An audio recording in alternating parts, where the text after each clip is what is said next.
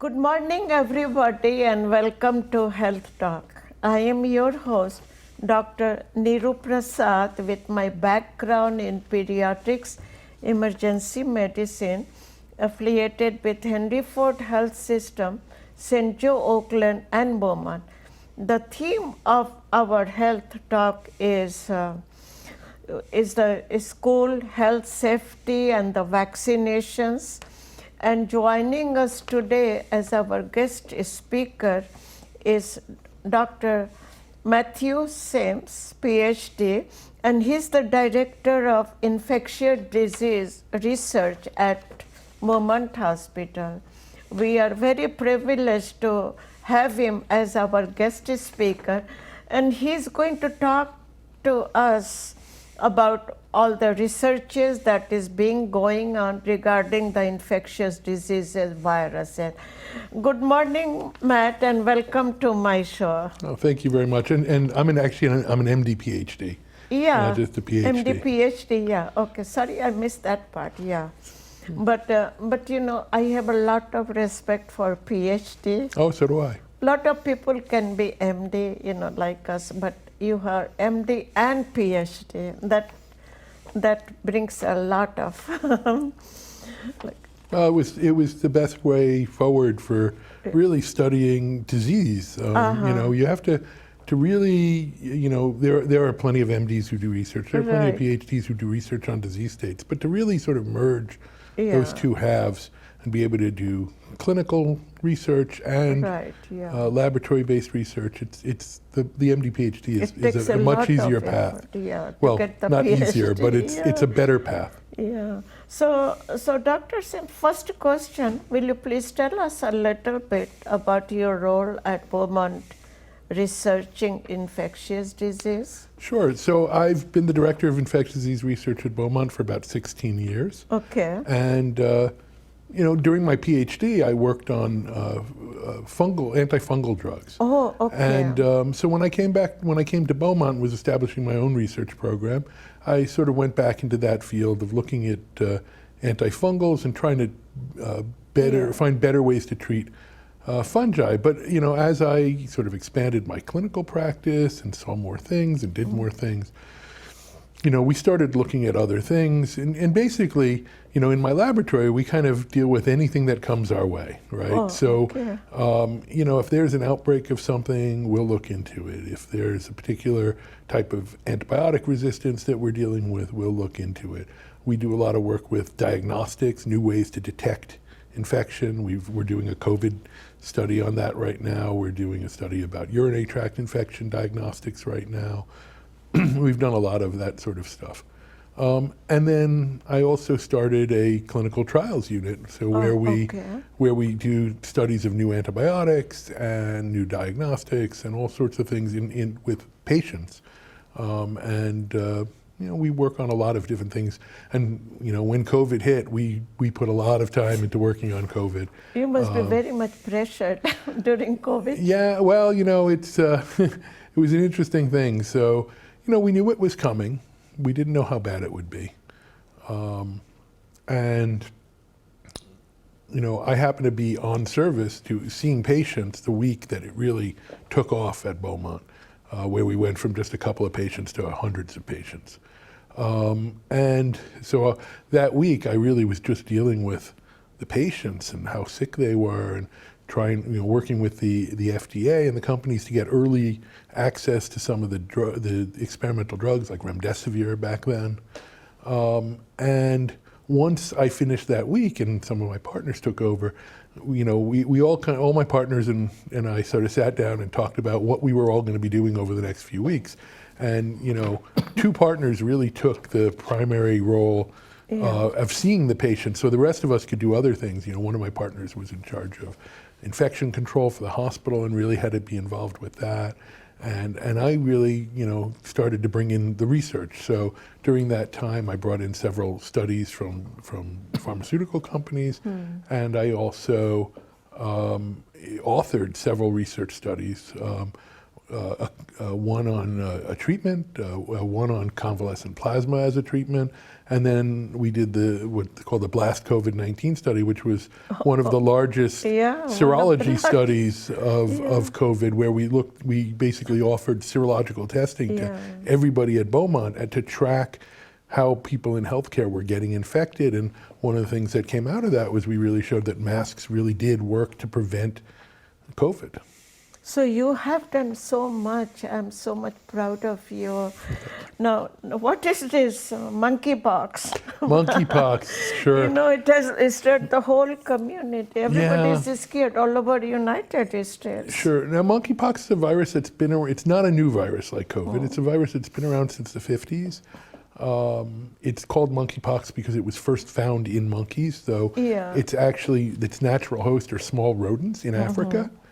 And it sort of spreads in Africa on and off. There's two different versions of the virus there. And, you know, we've had outbreaks of it here in the U.S. before. Back in 2003, you may remember, there was an outbreak in the Midwest in children who were getting infected from prairie dogs, which were the sort of new pet that everybody wanted. And those prairie dogs got infected from a pet store that had imported some of the rodents that as exotic pets from Africa, and they happened to be carrying monkeypox. That outbreak was limited to about 40-something people. Normally, you can get these outbreaks under fair control because it really spreads by direct contact. This outbreak is a little different, and unfortunately, you know, it got into the community of men who have sex with men, and it seems to be spreading through the sexual act, not necessarily as a sexually transmitted infection, but by direct contact. Now, there's debate about that right now, and they're trying to figure that out, but a large majority of the people who have gotten infected are men who have sex with men, people with multiple partners, that sort of thing. Though it has spread outside that community to a certain extent. There are some women who have gotten it, there are children who have gotten it. And it will potentially jump out of that community. Right now, that's the majority of it. So for our viewers to know, and for a person like me to know, it is not that bad, right? Severity is much less. Yeah, this is not the next COVID. It's not. So number one, it's nowhere near as contagious. Right? You know, you take a person with COVID and put them in the middle of a crowd of people, and they can potentially infect everybody just by breathing on them. Whereas monkeypox, it's mostly by direct contact. It can occasionally be spread by large respiratory droplets, like you would, you know, that go about 3 to 5 feet. But usually that only happens if you actually have the sores in your mouth. So it's the saliva picks up the sores, it picks up the virus from the sores, and then you can cough it onto people. So it doesn't spread nearly as much. I mean, to a point, all the cases in the world right now is not even a day of COVID cases in the world. Right. There is absolutely no comparison. No comparison. Between what we have, the COVID variants and this monkeypox. Absolutely. So, Doc, there was a recent case where a man contracted monkeypox in UK. Is it rare? Yeah, so, I mean, in the UK, that particular case you're talking about, it's, you know, it's not, there was no specific risk that was associated with it, except he had been at a crowded event with dancing, where people were like dancing close together on a crowded dance floor, and it's thought that's how he potentially picked up. And this is something, as people have asked me, like, what do I have to worry about? You know, I'm not I'm not in the men who have sex with men community. What do I have to worry about? And I said, you know, it's close contact, so you have to think about ways you may come in contact with people, right? And you know, dance floors was one of the examples I gave that potentially it's now. Is that going to be common? No, but you know, a few of those events, you know, one person on a dance floor who has sores, that can spread it to several other people, and it could potentially jump to different communities that way. So, Doc, what can we do to protect ourselves from the potential infections? Yeah. So what are the signs we are looking for? Yeah. So in terms of protecting yourself, I mean, you have to sort of be aware of who you're in contact with, right? And know what the risky behaviors are, right? So it's spread, you know, again, in men who have sex with men, most likely through direct contact, possibly through the actual body fluids as Yeah. well. But, and, so, right now, while it's out of control, you got to think about, the sort of things that we talked about, back with HIV and whatnot. Right. Limiting the number of partners you have, being careful. The other thing is there's a vaccine for it. It's been around for a while. We had it in the national store. They've been releasing it from the national store. Some people are finding it hard to get because there's only so much of it around so far, but there'll be more in the future. And it's you can get it if you're at risk. So and you get that by contacting your local health department, and they can tell you where and how to get it. It's going to be different potentially in different counties. So, are you doing any kind of research about the vaccine in Beaumont lab also regarding monkeypox? Not monkeypox. We're doing a fair amount of You're doing COVID research COVID, still, yes, of but course. monkeypox, in Michigan so far, there have only been 90 confirmed cases. Yeah. Okay. Which, it's not a small number, but it's nothing compared to New York Nothing, or yeah, California or yeah. Florida, and nothing compared to like Spain or other UK where there have been a lot of cases. The U.S. overall has the most number of cases. The U.S. is a big place. Right. Any one state is not, is a part of that, but New York, California, and Florida have been the three largest. Yeah, more in California. Yeah. And then, what has the Michigan response been to monkeypox? Again, the health department has been tracking it. They've been doing contact tracing. They have made the vaccine available. Yeah. And you can also there's a treatment called TPOXX, or tecovirimat is the trade name of it, the generic name of it. And it can be obtained through the CDC.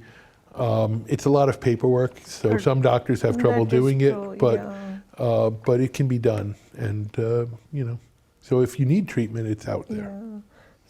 So, as far as COVID-19 is concerned, what are your views?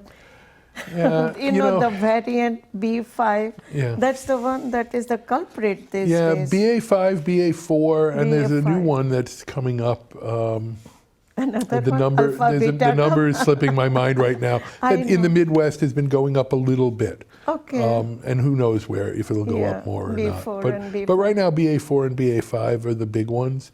And, Pfizer and Moderna have recently developed sort of a new version of the vaccine that Yeah. includes the original vaccine plus an Omicron vaccine. And, when they brought it to the FDA back in June, the FDA said, it would be better if you made it to BA4 and BA5, which they've now gone back to do. And Pfizer just yesterday announced that they're bringing that to the FDA for approval, and that as soon as they get approval, production has been started, that they'll be able to start distributing it. And the U.S. has already pre-bought Yeah. a large number of vaccine, yeah. which so people can get it, and that should be available soon, we hope. So, I have a personal question to ask. We already, me and husband, we have 4 doses already. Should we get the 5th one? And if so, which one should we get? Yeah. So the 5th dose. Moderna or Pfizer? Which one should we go? Right now, the 5th dose has not been recommended for most people. Yeah. If you're immunosuppressed, they might want you to get a 5th dose, that sort of thing. Yeah. But it hasn't been recommended yet. And once the vaccine is approved, then the CDC's vaccine committee will comment on the best way to use it. My assumption is, and I've had 4 doses myself, my Yeah, assumption is okay. that about 6 months after the last dose, they're going to recommend getting the next one. Now, the interesting thing is, they keep telling everybody this is a booster shot. Right. Yeah. But, in reality, the Omicron component is basically a new vaccine, right? So that may need 2 shots before it gives full effect, full protection against Omicron. Yeah.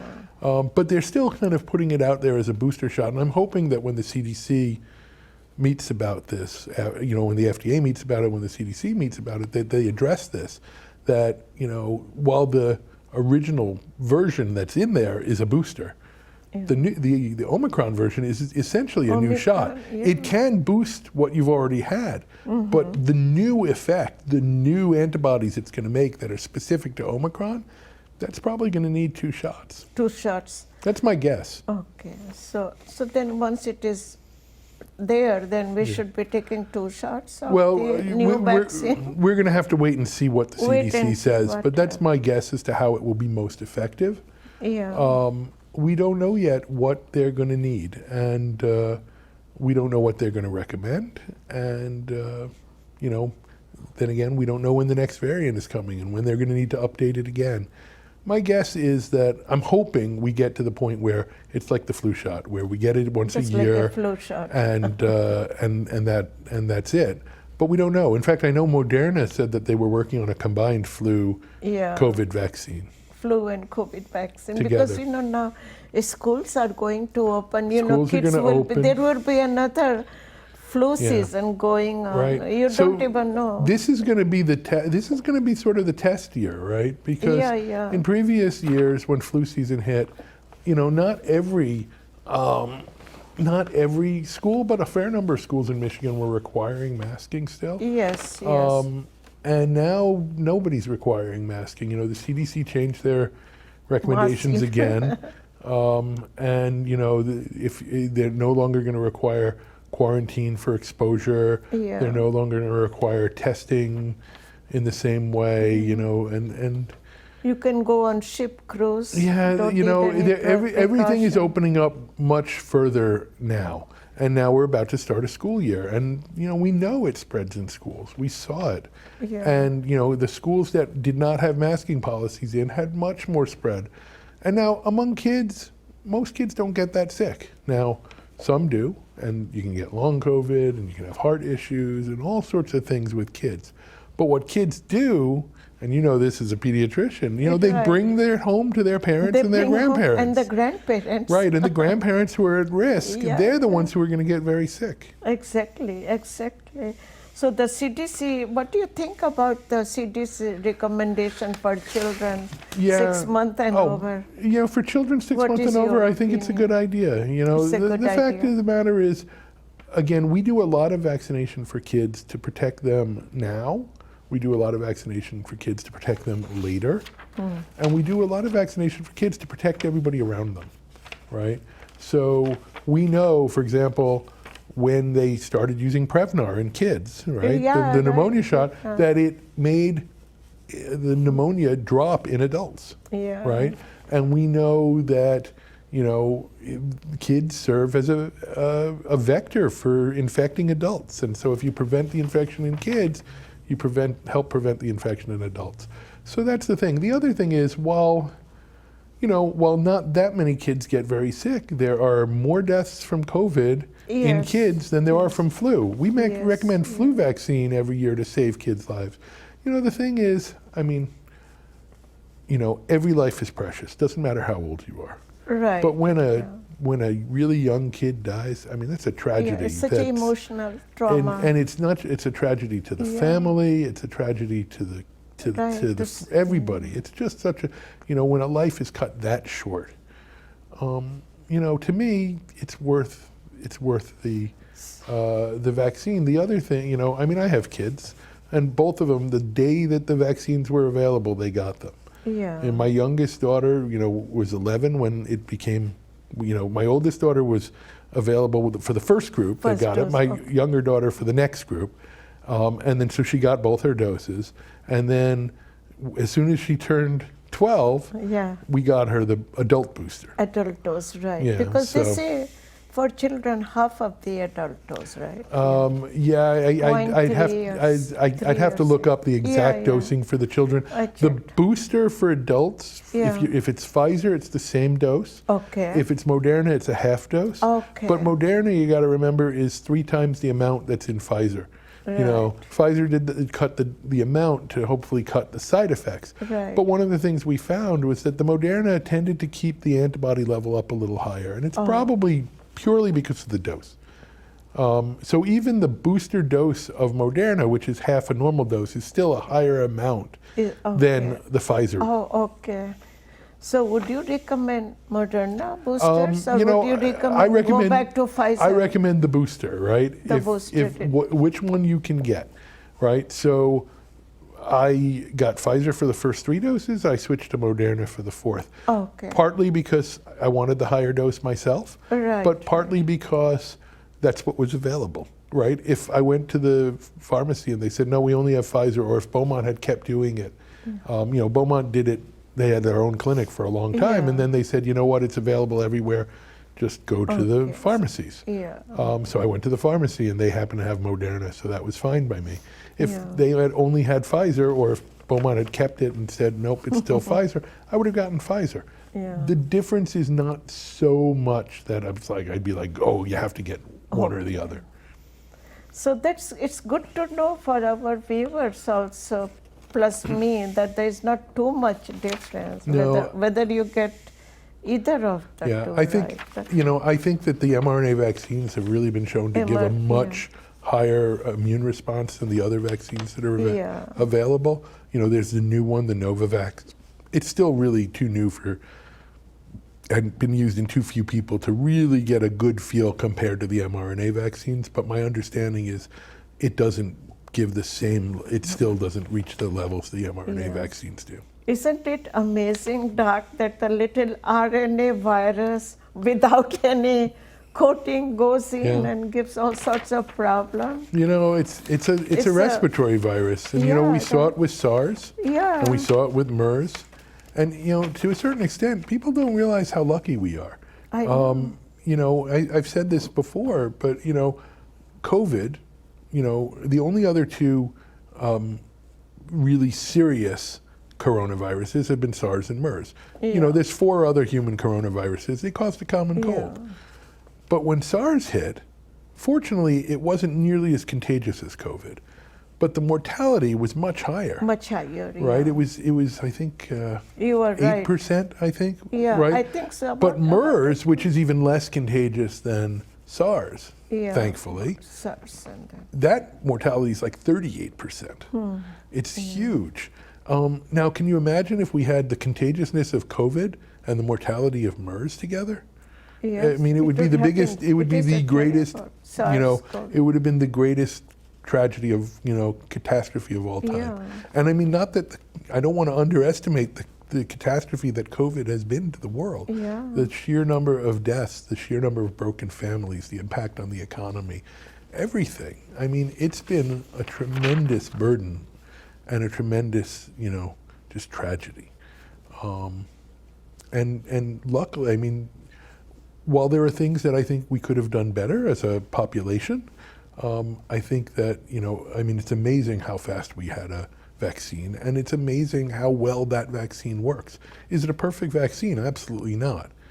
But it's a vaccine that saved so many lives. Right, yeah. Omicron was the most dangerous one because of those horns. It's an interesting thing. Theoretically, it's hard to tell. Most people who get Omicron say it's very mild comparatively. Delta was the one that seemed to have a higher mortality. Right, yeah. But the thing with Omicron is we had a lot of people die from it, and a lot of really sick people, because even if it wasn't as bad, there were so many more people getting it. I mean, the infectiousness of Delta was already, every time we got a new variant, it got more infectious. And so Delta was already huge, and we kind of couldn't imagine something worse. Well, Omicron is significantly more infectious. And that's the thing, to replace a variant, for a new variant to come in and replace what's already there, one of two things has to happen. It either has to be much more infectious, or it's got to have immune evasion where it escapes the antibodies you already have. And Omicron did both. Omicron did both, yes, that is true. Yeah. So what else, anything else we might like to get expert opinion from, expertise like you? We are so honored to have you. Well, thank you. The thing about infectious disease is it's always changing. There's always something new around the corner. Something else. We have viruses and other diseases that jump out of animals into humans, like COVID, like monkeypox. We have diseases that, you wouldn't realize, that shouldn't spread the way they do, but because there's so much travel, they do. Yeah. And, we have all sorts of issues with antibiotic resistance, and there's just so many things. Infectious disease is an ever-changing, ever-growing field. It's very different from so many other specialties because you never know what's around the corner. We don't know where we are, right? You know. What do you think is the future for all those viruses? I hear polio is coming back. Well, let's hope not. But there was a case of polio in New York. In New York, but it was a vaccine-associated case in a person who was unvaccinated. So polio is alive. There's two vaccines. In the U.S., we use the inactivated polio vaccine, but outside the country, a lot use the live polio vaccine. And so this was a case that's the same virus that's in the vaccine, not the native virus.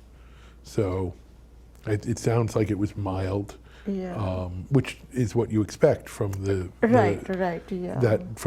vaccine associated one.